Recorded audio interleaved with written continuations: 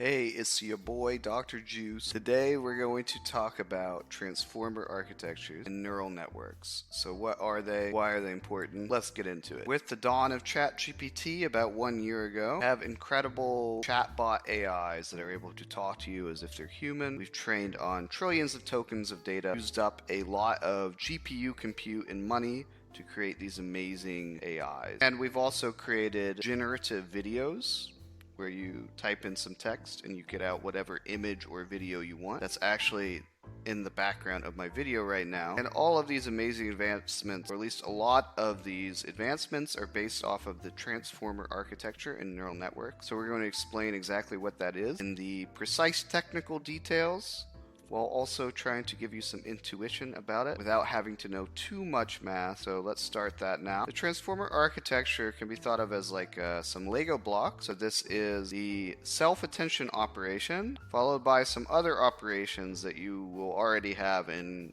other neural networks, and just composing them all together. So once you know this one self-attention operation, it's like the base, one of the most important Lego blocks in the neural network, the transformer neural network. Then you mostly understand. You're 80% of the way there to understanding the actual transformer architecture. We have some input given into the transformer network. Let's start with text. Text can be put into a vector space. So this means if you have some word, as an example, say king, this can be thrown into some giant list of numbers. You translate that word into a giant list of numbers, and that describes it somehow and puts it in some space of other words. So for instance, maybe king and prince might be close together in this space. You chop up all of your words into these big vectors. So let's say you have 10 words, and the space in which you describe these vectors in is 200 dimensional.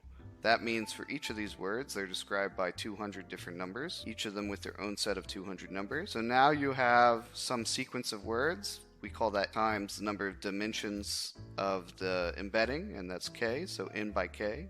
That's your input matrix. And again, this is just maybe, let's take a sequence of 20 items, so 20 different words in a sentence, and each of these words are described by 200 numbers. Okay, that's the starting point. We throw this into the network, and then we get out some probability vector. Let's say we have a vocabulary size. We have some fixed number of words that we're predicting in the English dictionary. This is, say, I don't know, 10,000 words, and we output the probability for each of these words, and then in the LM, the large language model, the chatbot, when you're generating the next word, you pick the word that has the highest probability. So that is input output for these chatbots. Now we're going to go into the heart of the transformer, and that is the self-attention operation. And so we have this n by k matrix, this input, and we do a couple things to it. We pass it through some other matrices via linear operation. These are called our query, our key, and our value vectors, our matrices. Don't worry about them too much. But basically, we just throw each of our items through these matrices, and then we get different representations of these items. We have 3 different representations of them. And we set over one of these representations, the value vectors, we set those over to the side, and now we have the query and key vectors. Each of these are going to be, say, n by k. So now we have 20 words by 200 numbers describing each of them. And we do a self-attention operation on the query and the key vectors. To describe the actual self-attention operation, you take as input these 2 matrices of the same size, and then what the operation is you do the transpose of one times the other matrix. And what this is accomplishing is this is taking the dot product of each key vector with each query vector. So now you have some n by n matrix where each entry of this matrix corresponds to the dot product between one of the key vectors and one of the query vectors. We normalize this in a couple different ways. So one is we divide by the dimension of the matrix, because otherwise these numbers can get quite large. And then additionally, for each row, we normalize these into a probability. We then pass these through another linear operation followed by some ReLU to finally output another matrix that is n by 20 shape. Sorry, not n by 20. It's still n by n. And then we take the value, if you remember the value vectors from before, we multiply that n by n normalized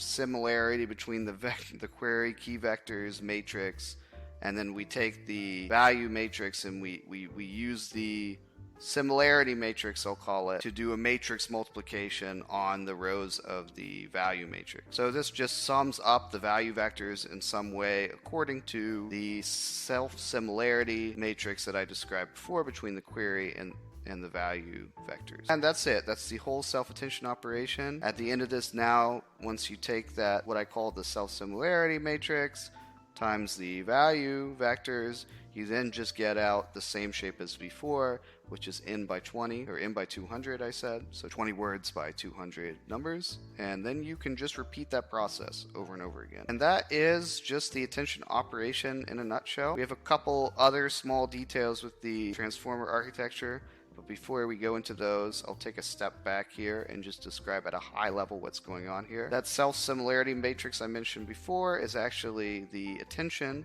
matrix, and you output that via your attention operation. And what that's doing is that's taking each of these different, you have your words in a sequence and you have your query vectors, and then the key vectors are also your words in a sequence, and you're trying to see how these, each of the sequence, like word 2 in your sequence relates to word 7 in your sequence, as an example, right? So you're seeing how all these words relate to each other in some way.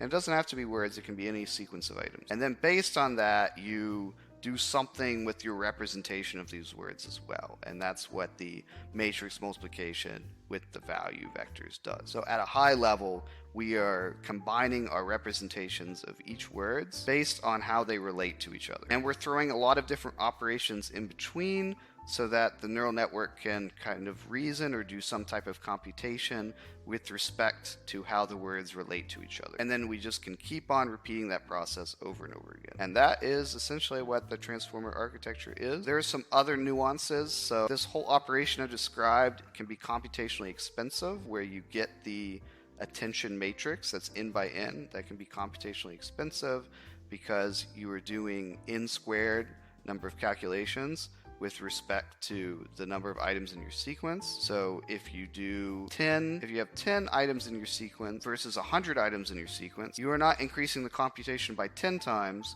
you're increasing the computation by 10 squared times, so actually 100 times.